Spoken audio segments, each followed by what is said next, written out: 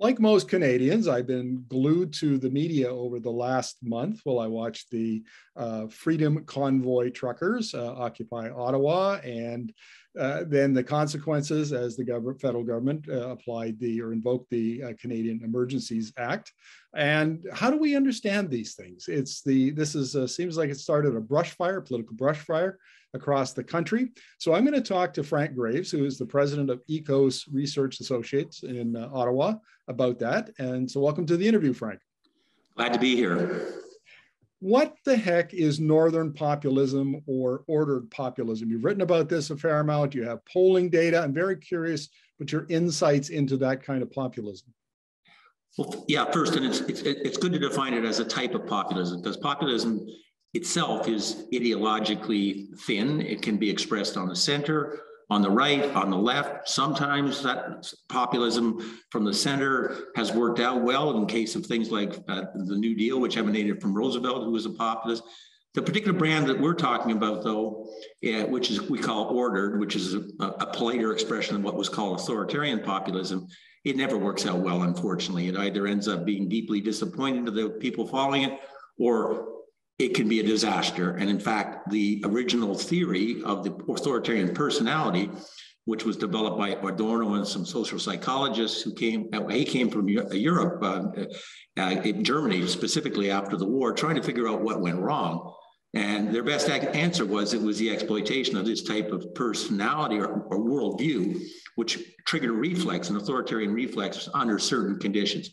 A lot of those conditions are in place today, and this theory was dusted off when people started realizing how well it explained the emergence of Donald Trump and the Brexit decisions, which both caught a lot of experts by surprise.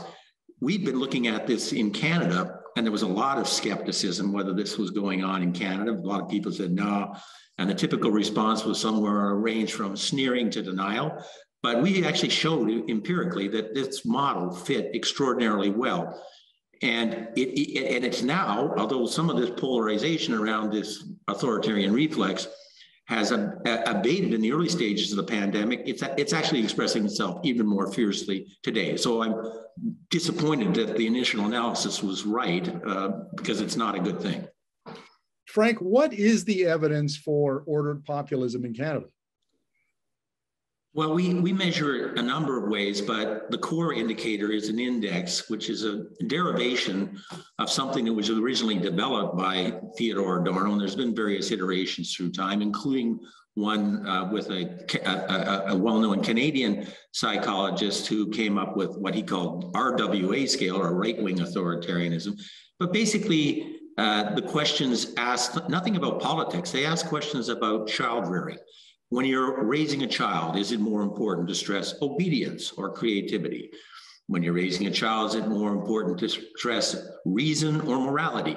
Choices which divide people, and lots of people are on both sides, but when you put together the combination of the 5 key indicators that we use, it's a very good measure of this authoritarian outlook. And it almost precisely predicted both the Trump support, but also the support for conservative governments in Canada. And this there's a lot of traditional status quo conservatives that kind of get shocked. They go, "Oh no, wait a second, that's not possible." But just as the Republicans are struggling with this new, populist component of their constituency, the same problem is plaguing conservative politicians in Canada, and they've tried to straddle it and deal with it, but it is a major challenge.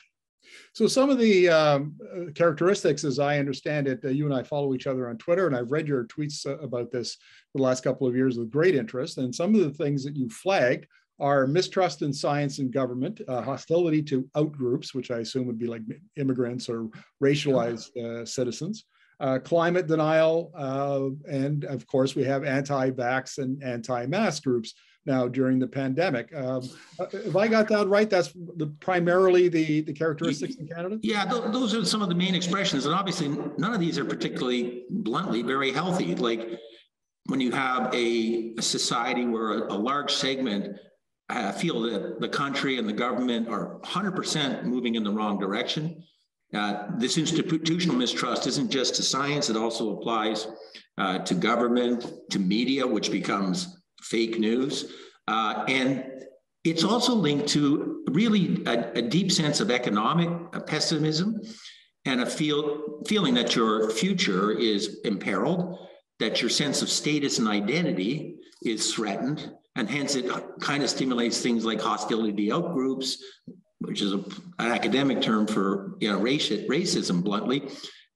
We see a lot of this superimposing itself on the debate about vaccine and mandates. The amount of rage and anger you see demonstrated is really not commensurate with mandates that are largely being removed and taking what is a very safe and effective vaccine. So you realize the roots of this are much deeper and will be much more challenging, and will reestablish themselves once the pandemic debate is in the rearview mirror, which most Canadians now think it is.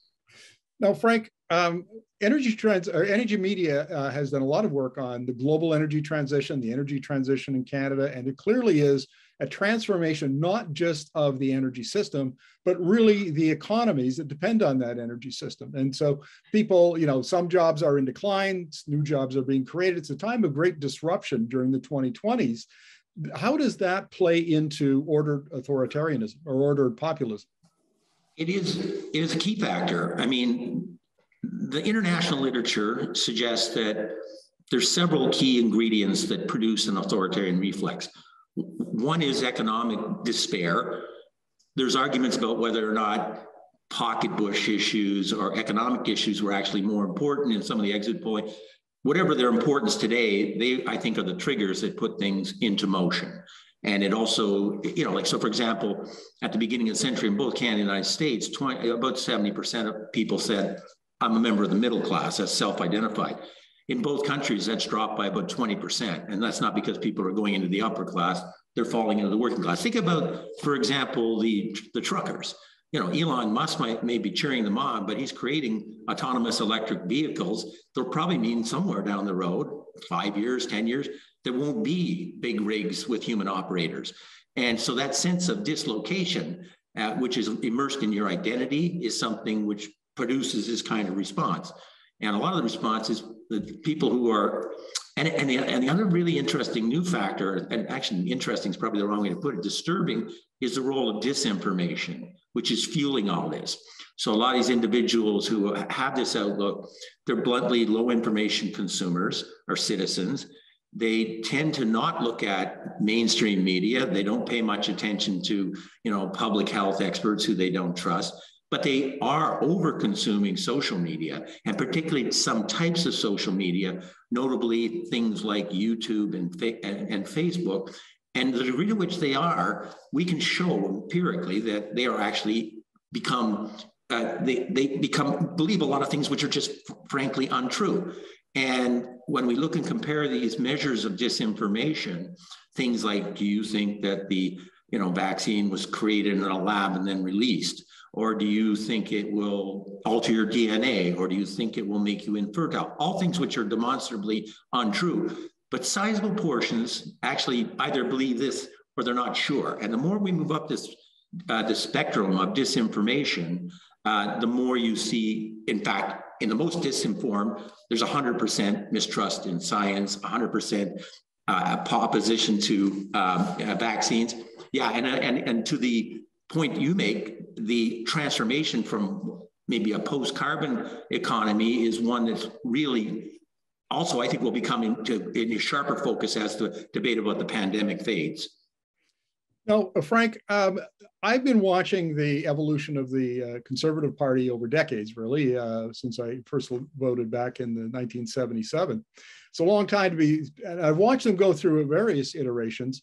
But this particular brand in the Conservative Party of Canada, and then in some provincial parties like the United Conservative Party and Jason Kenney in Alberta, seems to be rooted deeply in this idea of ordered populism. Is that a fair comment?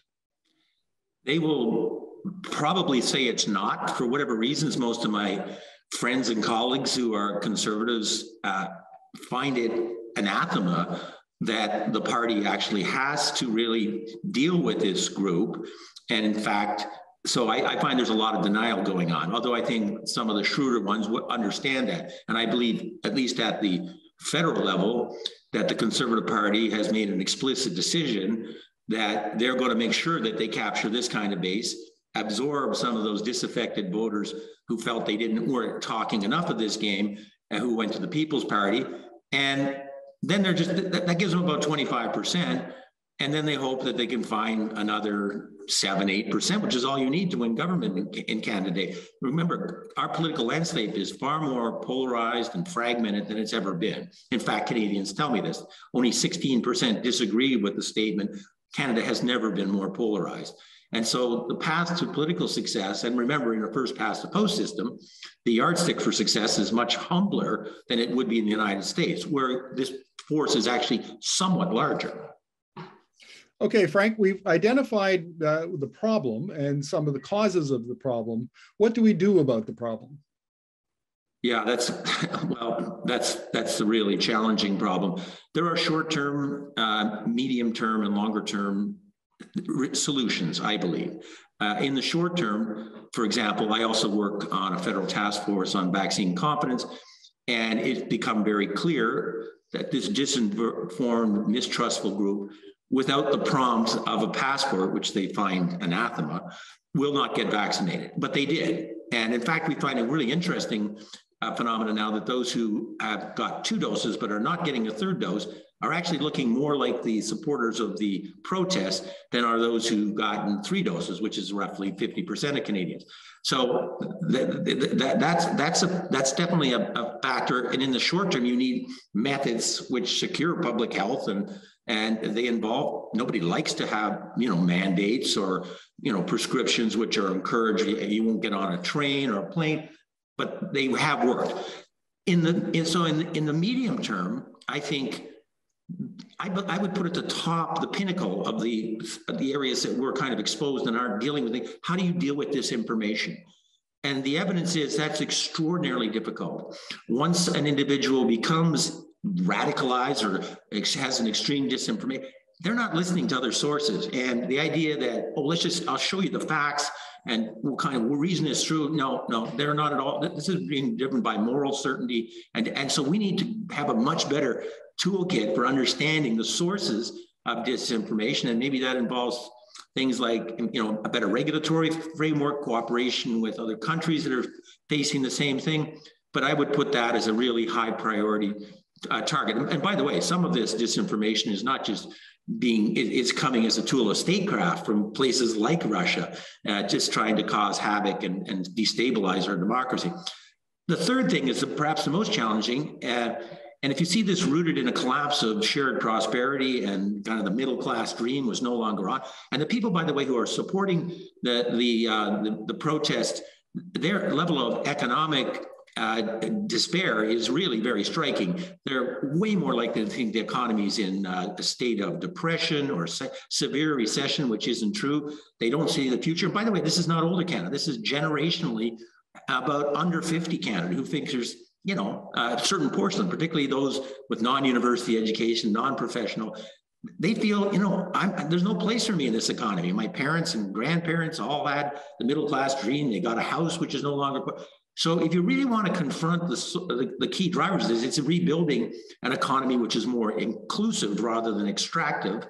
And that means, something tantamount to the kind of New Deal that was created out of the ashes of the Depression and the great pandemic of the ended in 22.